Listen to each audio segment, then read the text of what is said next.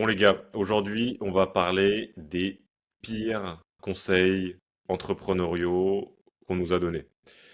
Et c'est des conseils qu'on voit quasiment toujours partout et qui empêchent plein de gars de progresser. Ce qu'on va faire, si on va les donner, on va dire pourquoi c'est de la merde selon nous et on va surtout donner l'opposé. Donc qu'est-ce que tu devrais faire à la place pour avoir des résultats? Tu vas voir, il y a des chances qu'il y ait pas mal de choses qu'on t'ait déjà conseillées et potentiellement même des choses que tu fais déjà actuellement.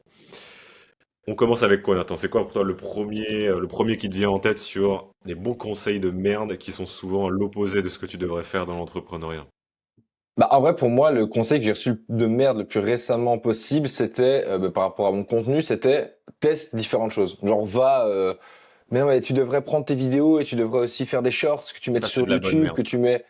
Ça, c'est vraiment de la bonne merde. Et même chose, genre, quand t'as des gars qui ont 2, 3, 4 business alors qu'ils viennent de débuter, t'es là, mais mec, qu'est-ce que tu fais, tu vois? Genre, t'as pas un truc qui fonctionne déjà, qu'à la mater, genre, prends un truc à la fois et puis ça ira mieux, quoi. Comment ça, quand tu débutes, faut pas que tu lances 5 business et que tu vois celui qui fonctionne? Les gars, Je croyais que c'était comme pour ça moi, qu'il fallait faire. c'est la meilleure chose à faire, les gars. Ouais, Non, c'était non, mais c'est tous les résultats ça, c'est entrepreneuriaux, vraiment ils pour viennent moi. du focus. Genre, en fait, c'est tellement difficile l'entrepreneuriat. Je trouve qu'il y a un truc presque d'ego. Comment est-ce que tu penses que tu vas pouvoir réussir à avoir des résultats de fou en lançant 5 business, alors que déjà en faire fonctionner un, c'est assez difficile? Et donc, il y a un Ouais. vrai truc un peu de, bah, moi, je vais réussir, moi, ça va être différent. Si la plupart des gars qui arrivent à avoir des résultats, ils se concentrent sur une de choses, n'essaye pas de réinventer la roue. On va en parler après d'ailleurs, je pense. Mais Ouais, c'est clair. le résultat demande tellement d'intensité et de difficulté qu'en fait, tu as besoin de mettre toute ton attention dessus. Et c'est un conseil qui est à la fois, pour moi, macro, donc large. Concentre-toi d'abord sur un business, essaye pas de lancer plusieurs choses à la fois, mais aussi micro dans ce que tu fais. Donc là, dans l'exemple que tu donnais, c'est choisis un canal d'acquisition, choisis une offre, choisis un avatar cible. Concentre-toi sur Mhm. une chose, c'est déjà assez dur d'être bon sur un canal d'acquisition, d'être bon sur une offre, de bien répondre à un avatar, un client, un avatar cible. Concentre-toi d'abord là-dessus, et après, si tu veux aller plus large ou autre, fais-le. Mais d'abord, donne-toi les chances de réussir dans cette chose-là. Mais c'est clair. Mais en fait, c'est parce que pourquoi est-ce qu'on me donne ce genre de conseils? C'est parce que eux, ils voient les grosses, tu vois, genre les grosses structures, les gros youtubeurs ou quoi, qui ont leurs shorts qui sont automatiquement postés partout. Mais les gars, ils ont une équipe de com, tu vois. Genre, moi, C'est pour faire mon contenu, j'ai Media Maker, monteur, et c'est moi, tu vois. exactement. Y a pas plus que ça. Et donc, c'est un peu un conseil. En fait, faut vraiment pas que, si vous avez déjà donné ce genre de conseils aux gens et que vous regardez ce podcast, faut pas que vous le preniez mal. C'est juste que c'est marrant en fait, parce que je pense que ça c'est aussi un autre truc dont je veux qu'on parle, c'est qui donne les conseils de merde. Comment est-ce Ah que tu peux ouais. identifier que quelqu'un te donne un conseil de merde, te dire ok, mais lui c'est un sacré hurluberlu, il dit n'importe quoi, tu vois. Bah, en vrai, il y a plusieurs. Déjà, souvent, bon, conseil de merde, ça vient de deux choses, selon moi. Soit le mec n'a littéralement pas l'expérience, ne sait pas ce qu'il dit, soit, et là pour moi c'est le plus pernicieux, et il faut faire attention à ça, c'est des mecs qui savent plus ou moins ce qu'il faut faire, mais qui vont pas forcément te vendre la réalité, parce que la réalité elle est pas très sexy, et vaut mieux te vendre quelque chose qui va être plus agréable, parce que derrière peut-être, Une formation à 1 million d'euros, mais qui est en réduction à 5 euros seulement aujourd'hui. juste pour toi. Ouais, Non, ouais. clairement. Faut aller sur plein de trucs, c'est vraiment un conseil de merde. Moi, ce que je conseille souvent de faire, c'est de faire d'abord un scale vertical. Donc, au lieu de chercher un scale Ouais. horizontal, donc de se dire, je vais devenir bon sur plusieurs plans, d'être bon sur une chose. Et en fait, comme justement devenir bon sur une chose, ça demande cette concentration qui est difficile à avoir. Une fois qu'on arrive à avoir cet élan qui nous a permis d'avoir ces résultats sur ce scale vertical, sur une offre, sur un canal, sur une audience cible, là, on arrive à sortir du cash flow qui nous permet justement d'avoir ce scale qui est plus horizontal, de peut-être aller sur différents canaux parce que maintenant on peut déléguer ou on peut embaucher des gens qui vont travailler aussi pour nous pour faire ce travail-là, qui ont cette expertise-là où on va C'est pouvoir clair. aller plus large au niveau de notre marché. Et même, tu vois, même on dit souvent, bah regarde les grosses brands aujourd'hui, elles sont larges. Mais même les grosses brands aujourd'hui, elles ont toujours commencé presque sur un truc niche. Nike, c'était juste des coureurs. Pareil, Gymshark, si on prend toujours sur les vêtements, c'était juste des mecs vraiment qui vont à la salle. Maintenant, c'est devenu un truc lifestyle. Pareil pour Ouais, Airbnb, ouais. au début, c'était un truc qui était extrêmement niché. À chaque fois, ils se concentrent d'abord sur un truc précis et après, ils font ce scale beaucoup plus large. Il faut pas Ouais. essayer de réinventer la roue. Et d'ailleurs, peut-être que c'est un bon parallèle. Un autre bon conseil de merde, il faut avoir une idée révolutionnaire quand on lance un business, Nathan. On est Mark Ouais, exactement. Zuckerberg dans notre dorm room à Harvard, je crois que c'était là où il était. Et on doit justement avoir une idée qui va changer le monde. Ça, c'est un Mais c'est truc. sûr que tu vas changer le monde. C'est Ça, sûr. c'est un truc quand j'ai débuté, j'ai essayé de lancer des business, je me disais, c'est quoi des choses qui n'ont jamais existé?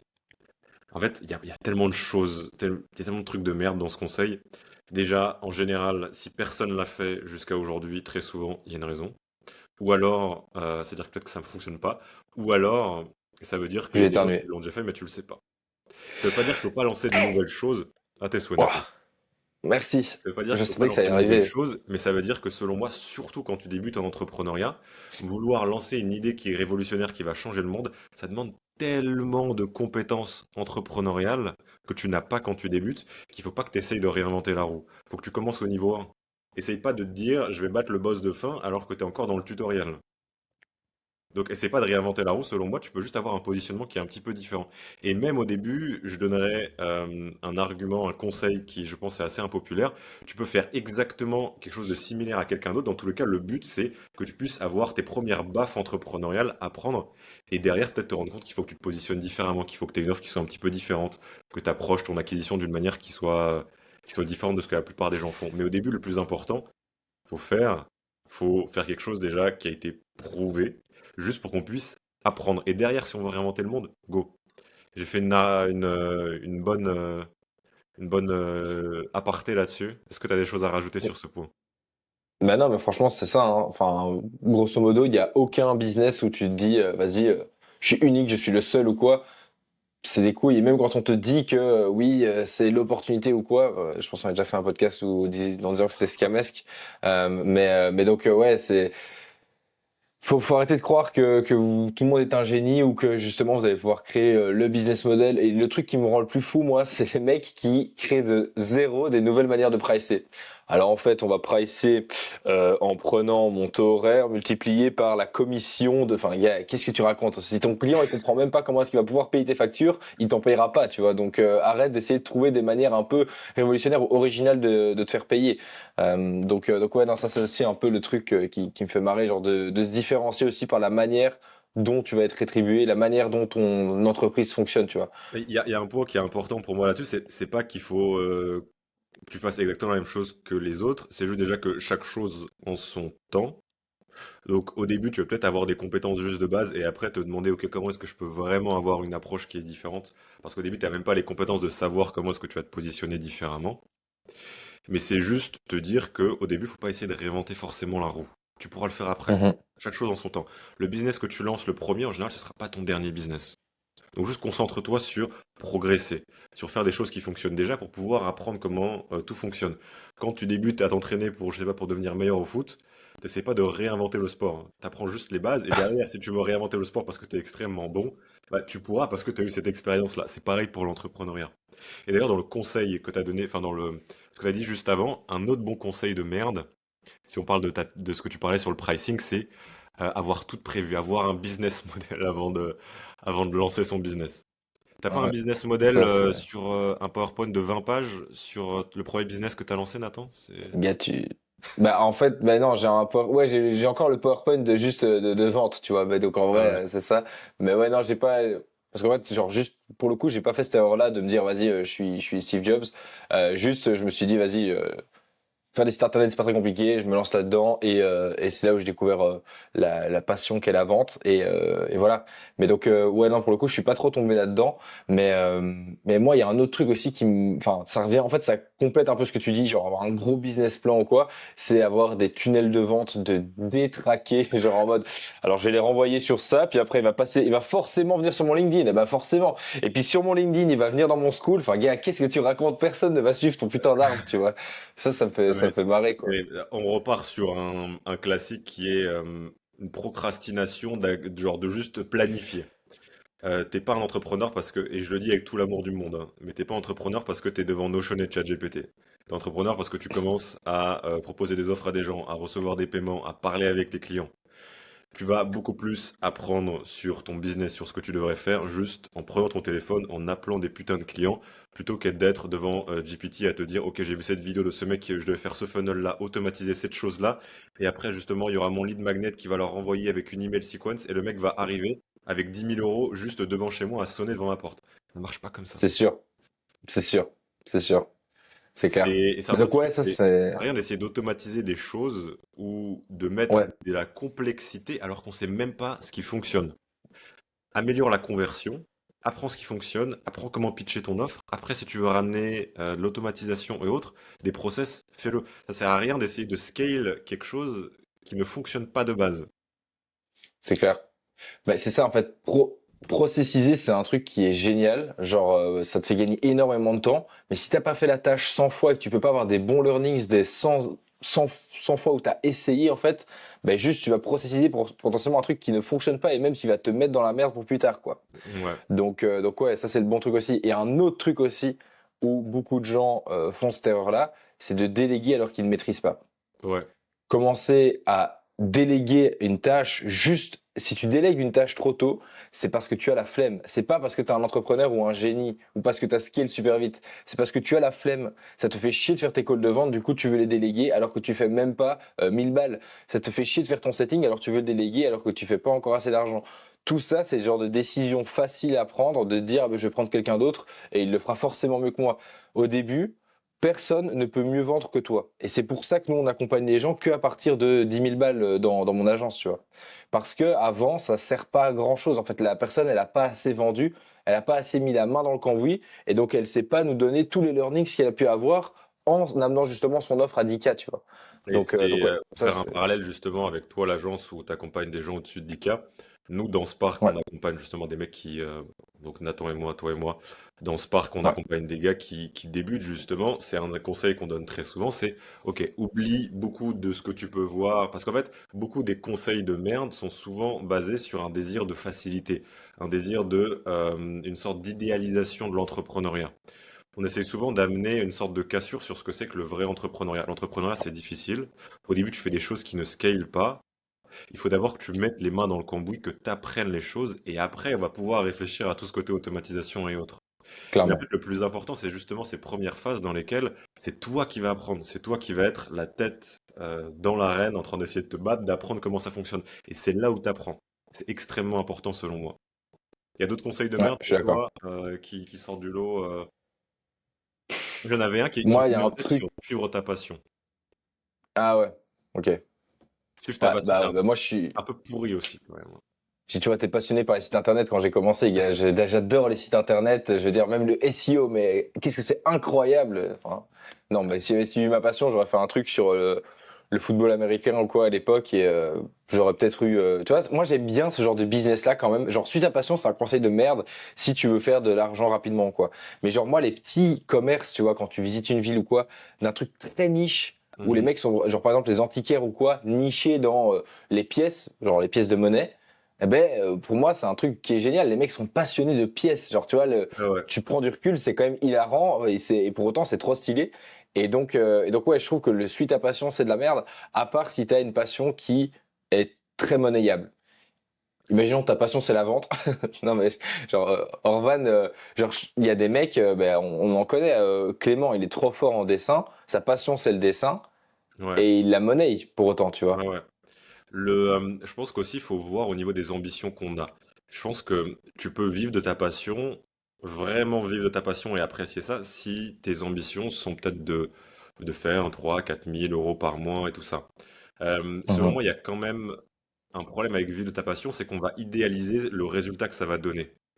Et on oublie toutes les compétences qui viennent derrière. Je suis pas, donc je peux pas savoir parce que j'ai jamais lancé de petits commerces locaux avec ma petite Pas moi non boutique, plus. mais des retours que j'ai eus, il y a pas mal de personnes qui se lancent en se disant bah, j'adore cette chose-là, je me lance là-dedans. Ils se retrouvent à taffer tous les jours et à quasiment détester ce qu'ils font parce qu'en fait, pour faire fonctionner un business, faut pas juste être bon à sa passion, faut gérer toutes les autres tâches qui viennent avec ça et tu te retrouves à ne pas juste faire ta passion, à faire la plupart des autres choses qui ne sont pas liées à ta passion. Et surtout pour moi, le plus destructeur, c'est que, et j'avais fait un réel à l'époque, un des tout premiers réels que j'avais fait sur mon Instagram où je disais justement, je donnais ce conseil, qu'en général, il fallait pas suivre sa passion dans l'entrepreneuriat. Et je donnais ces arguments que je vois quasiment partout, ça m'est arrivé aussi plus ou moins à moi. Mais souvent, quand tu suis ta passion, soit tu fais pas de thunes du tout, soit tu finis par détester ta passion. Parce qu'en fait, ta passion, tu l'apprécies aussi parce que c'est pas quelque chose où tu as une sorte de restriction dessus. Tu le fais avec le plaisir de pouvoir faire cette chose. Quand ça devient une C'est clair. obligation et qu'il y a tout un côté monétaire, moi je conseille souvent, bah, tu as ton business ou tu as ce que tu fais au quotidien, et derrière, justement, si tu veux, t'es fan de, j'en sais rien, de musculation ou de menuiserie, machin, tu fais ça sur le côté, tu vois. Et je trouve que c'est un C'est ça équilibre l'exemple que entre j'allais deux avoir, ouais. qui est, selon moi, plus sain. Après, encore une fois, il faut prendre tout ce qu'on dit avec des pincettes. Ça se trouve, il y a des gars qui arrivent à faire fonctionner ça. Dans ce que j'ai vu, ça marche pas vraiment. Mais d'ailleurs, sur ce Mais conseil, ça j'allais veut pas prendre dire qu'il l'exemple. faut détester ce qu'on fait. Juste, je rajoute Ouais, ça. ouais, Ça vas-y, veut vas-y. pas dire qu'il faut qu'on fasse quelque chose qu'on déteste, mais c'est juste, si c'est quelque chose, ta plus grande passion, ça veut pas forcément dire qu'il faut que tu ailles dans cette direction pour pouvoir vivre de l'entrepreneuriat. Mhm. Que juste avant. Ouais, mais moi j'allais dire ça juste par rapport à l'exemple, tu vois, des coachs sportifs. Je pense qu'il y en a beaucoup, beaucoup qui sont coachs sportifs où leur passion, c'est vraiment la musculation, le street workout, ce que tu veux. Et pour autant, je trouve qu'il y a enfin, pour un peu, tu vois, challenger ton idée, quoi, je pense qu'il y a vraiment un contre-argument où ben, ces mecs-là vivent de leur passion, sont contents de le faire, et tu vois, et pour autant, ils arrivent à en vivre, et il y a des coachs qui gagnent beaucoup, beaucoup d'argent, parce que oui, évidemment, ils vendent plus le coaching one-to-one à la salle avec toi, parce qu'ils sont bien, bien trop gros, tu vois, ils vont te vendre le SaaS pour traquer tes entraînements, ils vont te vendre, enfin, tu vois, un milliard de choses, des programmes, etc. Donc, tu vois, qu'est-ce que tu auras à répondre par rapport à si un auditeur du podcast te dit ça en mode, ouais, mais regarde, un coach sportif, il peut gagner 10 15 000 euros par mois, euh, pas Moi, facilement, pas du moi, tout facilement, très difficilement, mais ouais. Ce que je dirais déjà, c'est comme toujours, fais et vois ce qui se passe. Ça se trouve, ça va fonctionner pour toi, et si c'est le cas, c'est magnifique. Et mhm, l'autre chose, c'est tu peux jamais savoir comment est-ce que la personne est actuellement. C'est pas parce qu'un mec te dit je vis de ma passion et qui fait, je sais pas, 15K 20K par mois ouais, c'est vrai. en faisant du sport, que ça veut dire qu'il est content au quotidien. Il y a 2 semaines, je faisais un dîner avec des entrepreneurs et il y en avait un qui est justement coach sportif qui vit assez bien. Je fais à peu près 8K 9K par mois. Et justement, il arrête d'aller dans l'entrepreneuriat dans cette direction-là parce qu'il s'est rendu compte que, en fait, il arrivait à un moment où il aimait plus vraiment ce qu'il faisait, et ce qui était avant une passion pour lui, la nutrition, la musculation, ça l'était plus vraiment, et que il mentalement s'empêchait de progresser parce qu'il savait que s'il continuait à aller dans cette direction, il allait finir par encore plus détester ce qu'il faisait. Et donc, il a fait un Ok. pivot total. Je sais pas, je peux pas parler pour tout le monde, mais je pense que c'est un point sur lequel il faut faire attention, de se dire, parce que j'adore la musculation ou parce que j'adore la nourriture ou cuisiner ou peu importe, il faut que j'aille lancer un business dans cette direction. Moi, ce que je dirais, c'est plutôt se concentrer sur déjà quelque chose qu'on ne déteste pas, c'est quand même important, mais quelque chose dans lequel on est intéressé, mais surtout dans lequel on est plutôt bon. En général, pour moi, Ouais. c'est un meilleur indicateur que juste j'adore cette chose-là, c'est ma passion. Souvent, une passion, pour moi, il faut la protéger. Et c'est quand même un risque de se dire, je vais faire en sorte que toute ma vie, ce soit cette passion-là. C'est souvent un biais qui, je trouve, a des conséquences pas forcément positives. D'autres conseils de merde? Pour moi, c'est les routines. Ça, j'ai une haine envers ça. Les morning routines de 65 heures où, alors je me lève, après je fais ça, je m'étire pendant 45 minutes. Enfin bref, gars, qu'est-ce que tu fais? Genre vraiment, qu'est-ce que tu fais? Quand est-ce que tu as bossé là ce matin, tu vois? Et c'est ça, je trouve ça assez grave. C'est très bien. Je pense que il faut tester des choses et il faut. Moi, dans les routines bullshit, il y a deux trucs que je fais encore, c'est parce que ça me réussit bien. C'est réveil matinal sportif. Le truc plus facile, c'est les pompes. Là, je suis en train d'essayer de me mettre le fait de courir en me réveillant, mais en fait, ça me demande trop Attends. d'habitude. Explique-moi comment ça courir en te réveillant. Mais dans mon lit, non, non, mais donc en gros, je me réveille et le premier truc que je fais, c'est aller courir dehors, tu vois. Ok. Mais en fait, j'essaye, hein, mais le truc, c'est que ça me met plein de trucs autour trop chiants qui me prennent de la charge mentale pour rien, donc j'arrête Ouais, est-ce que ça rentre pas dans et je routine suis pas bullshit, constant. justement, tu vois? Ouais, mais du coup, ça me rajoute genre en mode préparer mes affaires de la veille, enfin tu vois, tout préparer, comme ça je me réveille, j'ai pas à réfléchir, je mets tout et je me casse, parce que c'est quand même pas le truc le plus confortable au monde d'aller courir dès que tu te réveilles. Et oui, enfin bref, et donc il y a ça et douche froide que je garde parce que ça remplace super bien la source de caféine, je trouve. Moi, je prends une douche froide et après je suis réveillé, enfin je suis réveillé, en fait, j'ai pas besoin de source de caféine, etc. le matin grâce à ça. Donc ça, c'est les deux trucs un peu qui sont souvent dans les routines bullshit des gens que moi je fais. Mais après, c'est genre mode douche taf, tu vois. Il n'y a pas de. C'est pompe, douche taf. Il n'y a pas d'entre trucs bizarres ou quoi C'est la routine la qui me plus prennent 50 ans. optimisée. Pompe douche taf. Mais elle dure 5 minutes, hein. C'est vraiment. Enfin, peut-être si je rajoute me brosser les dents, ça va durer 7 quoi. Mais je veux dire, Mais il y a, moi je l'ai fait cette erreur, hein. Pendant un moment, j'avais des routines d'au moins 1h30 avant de commencer à taffer. waouh, mec, dis-moi, s'il te plaît, détail là pour les gens et pour moi. Alors, Genre, je rêve de savoir qu'est-ce que tu fais pendant 1 heure et demie. je me réveille, je vais marcher une demi-heure dehors, je Ok. rentre, je prends une douche froide, je méditais, je m'étirais et après je commençais à taffer. Pas mal. Ça prenait du temps et en fait tu te rends compte que tu n'as plus le temps de faire ce qui est le plus important si tu veux progresser en entrepreneuriat, ce qui est de taffer. Alors il y a plusieurs choses. Déjà, pour moi, il y a quand même un équilibre à avoir entre bien-être et taf. C'est-à-dire que j'ai déjà essayé de me réveiller et de taffer direct, c'est pas pour moi. Parce que je tiens pas sur le long terme, juste ça me fait chier, j'ai envie d'avoir au moins un bon 20 minutes tranquille. Le matin, moi aussi, je prends une douche froide parce que juste ça me fait plaisir, j'aime bien ça. J'ai le temps de me réveiller tranquille, prendre un verre d'eau. Pour moi, c'est bien plus tenable sur le long terme que de juste me dire je me réveille et je taffe. Ça marche pour des gens. Moi, ça fonctionne pas pour moi. Je pense que c'est toujours, faut essayer de se poser deux questions sur ces routines. Est-ce que j'arrive à avoir des résultats? C'est-à-dire, peut-être que j'ai 1h30 de routine le matin et peut-être que j'arrive à avoir des résultats. Si j'arrive à avoir les résultats que je veux avec ma routine d'1h30, ok, cool, tiens là. Mais c'est juste qu'en général, c'est pas le cas. Donc, est-ce que Ouais. j'arrive à avoir les résultats que je veux et est-ce que j'arrive à continuer à avoir ces résultats sur le long terme? La productivité, c'est vraiment combien de résultats on a par rapport aux actions qu'on fournit. Et c'est quoi les résultats que tu recherches? Si les résultats que tu recherches, c'est de l'entrepreneuriat, c'est développer ton business, peut-être qu'aller marcher dehors ou qu'aller méditer pendant une demi-heure avant de taffer, tu peux faire ça dans ta journée. Mais peut-être que c'est pas le meilleur moment quand tu débutes, quand tu commences ta journée. Donc, si tu Ouais. veux optimiser ce résultat entrepreneurial et que ces choses que tu as dans ta routine ne t'aident pas du tout pour ces résultats, c'est peut-être pas la meilleure chose à faire. Et c'est un truc, encore une fois, c'est te tourner vers la facilité, très souvent. Tu vas Ouais. dans ces routines parce qu'en fait, bah oui, évidemment, c'est plus simple d'aller marcher dehors au soleil pendant une demi-heure le matin plutôt que de te mettre Que- devant ton ordi et envoyer tes messages à froid ou peu importe ce que tu as à faire. Ouais, c'est ça. C'est exactement ça. C'est exactement ça. Un autre bon conseil de merde aussi auquel je pense, c'est sois moins cher. Ah oui, Genre en mode, mais t'es débutant, donc tu dois être vraiment pas cher, quoi. Moi, en fait, ce que j'aime bien, c'est, dans ce conseil-là, c'est faire les choses gratuitement. Je pense que si tu débutes et que tu n'as aucune expérience, ça, c'est un des meilleurs conseils que tu puisses avoir, c'est fais les choses gratuitement, prends des retours clients, prends des enseignements sur, en fait, tout ce que tu fais, de bien, de mal, et puis après, derrière, essaye de vendre. Mais le fait de se dire, je suis débutant, donc tout le monde vend à 3 000, je vais vendre à 500, ça, c'est de la merde, tu vois. ouais, complètement. En fait, il y a une différence entre une vraie stratégie de pricing et ce que tu fais quand tu débutes.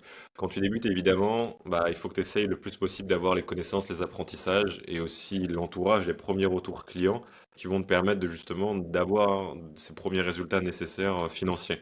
Mais en fait, une fois que tu commences à pouvoir pricer quelque chose et que ça vaut le coup justement de mettre un pricing, se dire juste je regarde les autres et je fous un pricing plus bas, c'est la pire chose. C'est vraiment une course pour te casser la gueule sur le long terme parce que avec cette façon de penser, il y a juste un mec qui va faire exactement comme toi et d'ailleurs tu vas devoir faire la même chose et tu te retrouves à avoir des marges qui ne ressemblent plus à rien, tu fais plus d'argent.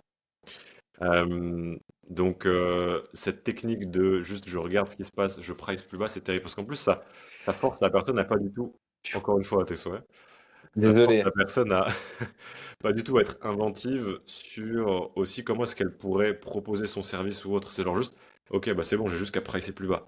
C'est terrible. C'est terrible. Mais ça me fait penser à un autre truc, c'est aussi le fait d'être prêt. Est-ce que tu es prêt à lancer ton business? Gars, ça ne veut rien dire. Genre en mode, je suis prêt à faire ma première vente. Quoi? Mais genre, t'es prêt à quel sens? Ok, mais c'est quoi Jamais les prêt. métriques que tu mesures, quoi? Et ça, pour moi, ça retouche un peu sur le truc business model et tout ça, avoir un business plan, pardon. Ouais. Euh, pour ceux qui ont fait des écoles de commerce, vraiment, c'est terrible. Ce qu'on t'apprend comme étant l'entrepreneuriat, c'est tu dois étudier le marché, faire une étude de marché, faire un business plan extrêmement complexe, et seulement quand tu sais que le marché, le timing est parfait, là tu te lances. C'est terrible, je trouve ça fou qu'on te dise que tu as des cours d'entrepreneuriat et qu'en fait on te dit exactement l'opposé de ce que tu devrais faire. Et je trouve ça complètement. Mhm. Et donc c'est un truc vraiment classique de te dire, bah oui, ok, j'attends quand je suis prêt. Oh, personne n'est prêt. Personne ne l'est, personne ne va l'être, personne ne l'a été. Si tu attends que tu sois Non, prêt, tu vas juste rien faire. clairement. Est-ce qu'on a fait un bon tour de Toi, t'en conseils vas de merde? T'en as d'autres en tête ou Mais je sais qu'il y en a un, toi, qui t'énerve, mais genre, moi, je sais pas si c'est genre le fais-toi plaisir. Ah oui. Ah, bah, en fait, ça m'énerve. Enfin, ça m'énerve justement. On arrive. Tu vois, En fait, celui-ci, il m'énerve particulièrement parce que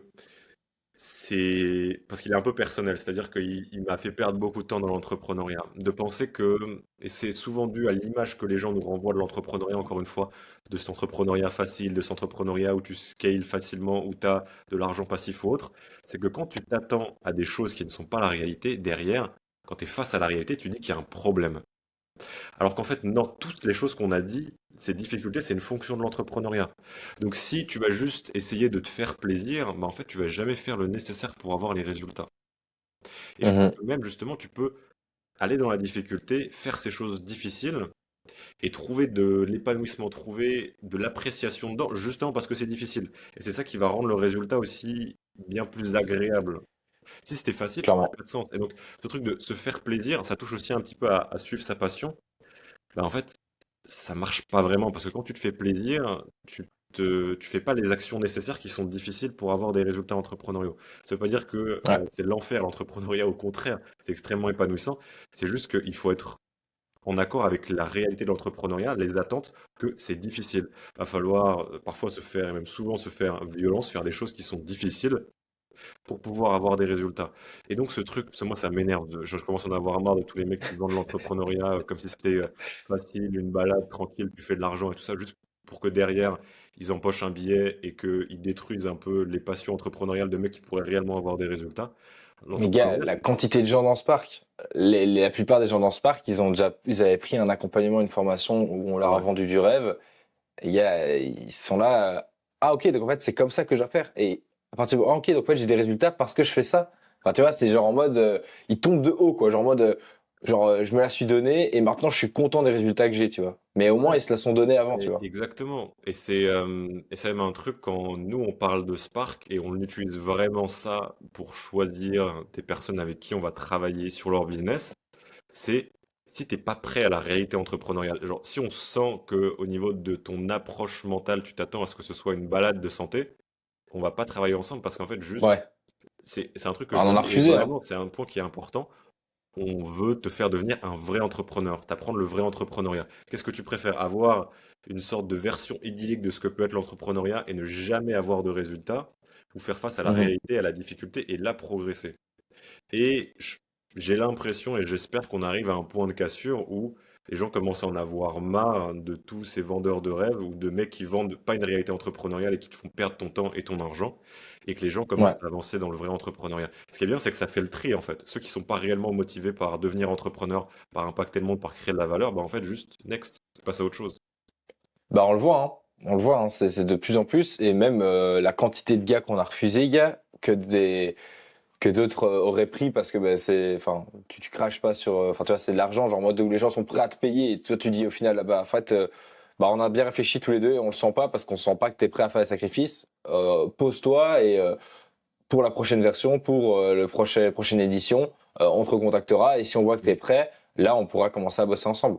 Mais ouais, non, je suis à 100% aligné avec Même toi. aussi Et du coup, bien pour pour le gars, tu finaliser, vois. C'est-à-dire, ouais.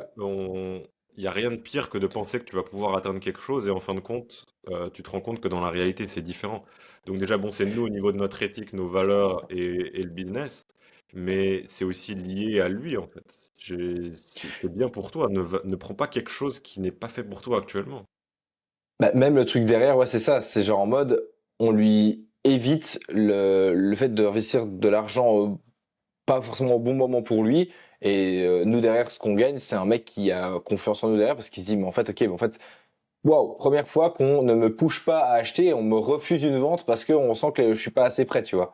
Bah, c'est Et je aussi une pense que bonne c'est le claque, genre, une bonne remise en question. C'est genre, ouais, je pense, level up, gars. En fait, si tu as une ouais, mentalité d'enfant et que tu veux avoir des résultats d'adulte, bah, en fait, ça va pas marcher. c'est clair. Ouais. t'es pas au niveau. Écoute 50 épisodes de podcast et reviens. T'es pas au niveau, mais tu peux clairement l'être. Tout le monde peut l'être. C'est Ah juste ouais, aie confiance dans ta capacité à développer ses compétences entrepreneuriales et à faire face au vrai entrepreneuriat. Enfin bref, c'est clair. je pense qu'on a fait un bon Moi, je tour pense de qu'on nos peut. conseils de merde. J'ai une idée de comment finir. C'est maintenant, Lucas, qui donne ses conseils de merde et après on va finir le podcast là-dessus. Mais qui Qui sont donne les des conseils de petits merde. Alors, il y a des loustiques qui gens donnent qui ça? sont juste pas mal intentionnés et des gens qui sont pas forcément les plus Ouais, vertueux, on va dire. Ceux qui sont pas mal exact. intentionnés, c'est des personnes qui, pour moi, n'ont pas forcément de vraie expérience entrepreneuriale et qui vont débiter des conseils un petit peu en boucle, qui sont pas ancrés du tout dans la réalité. Et quand tu as des résultats entrepreneuriaux, tu le vois un petit peu de loin. Autre chose aussi, et ça arrive, il faut faire attention à ça, c'est des gars qui ont eu des résultats, qui sont pas forcément mal intentionnés, mais qui ont oublié ce qui était nécessaire pour avoir ces premiers résultats entrepreneuriaux. Donc faites Clairement. attention quand vous écoutez des mecs qui ont des entreprises qui valent des milliards et qui vous disent bah aujourd'hui moi j'arrive à travailler 1 heure par jour, j'ai une routine matinale de ça. Alors qu'en fait si tu Ouais. regardes comment est-ce qu'ils ont eu leurs premiers résultats entrepreneuriaux, c'est des mecs qui ont taffé 10 heures par jour pendant des années. Ils se lavaient pas. Exactement. Mais donc attention à ça. Et donc ça c'est les, on va dire, pas mal intentionnés. Ceux qui sont moins vertueux, c'est bah, des mecs qui veulent te vendre une fausse réalité entrepreneuriale. Parce que si vous pensez à tous les conseils qu'on a donnés, en général, c'est des conseils qui vont plus dans le côté de la facilité. Donc, avoir son Ouais. business plan, suivre sa passion, avoir une idée Les coaching, routines, process délégué, se faire plaisir. Ouais. exactement. Et donc, la plupart des gens qui vont push ces idées, c'est des gens qui, derrière, justement, ont quelque chose à vendre, peut-être pour pouvoir avoir des résultats entrepreneuriaux avec ces super idées qui, apparemment, sont pas trop difficiles. Et donc, il faut faire attention quand le résultat est trop beau, ou en tout cas, ce qu'on va devoir donner pour avoir un résultat. Donc, attention à essayer d'avoir des infos un peu de tout le monde, mais c'est pareil pour nous. Écoutez tout ce qu'on dit avec une sorte de... prenez pas tout ce qu'on vous dit comme si c'était la vérité, mais Ouais. essayez de justement voir, ok, est-ce qu'il y a des mecs qui sont d'accord là-dessus, les mecs qui ont réellement des résultats, qu'est-ce qu'ils disent, est-ce que lui derrière, juste après qu'il m'ait dit ce conseil qui me paraît extrêmement beau, il va me dire, j'ai mon email list de machin, de funnel, de trucs, ok, bah, faut essayer d'avoir un esprit critique un peu sur tout et voir les choses Clairement. comme elles sont en fait pas se mentir à soi-même en acceptant une fausse réalité qui, en fin de compte, va juste nous retomber dessus plus tard. C'est sûr. C'est sûr. Magnifique. Bah, très bonne conclusion à mon sens. Les mecs, faites attention aux conseils que vous recevez. Faites attention à vous. Faites attention à vos proches. Bossez plus que les autres et vous réussirez. Et on se Ouais. voit très vite dans un autre podcast. Mettez les mains dans le cambouis, faites des choses au début qui ne scalent pas et tout va bien se passer. Cambouis. Et J'aime si bien vous ce voulez mot. envoyer un petit message sur nos Insta, vous pouvez le faire. Si vous voulez Ouais, discuter, vous pouvez le faire. Si vous voulez pas discuter, vous pouvez aussi le faire. C'est pas grave. Vous avez le choix. Et je pense qu'on est bon. clairement. On est bon. Ciao, ciao les mecs. Prenez soin de vous, les gars.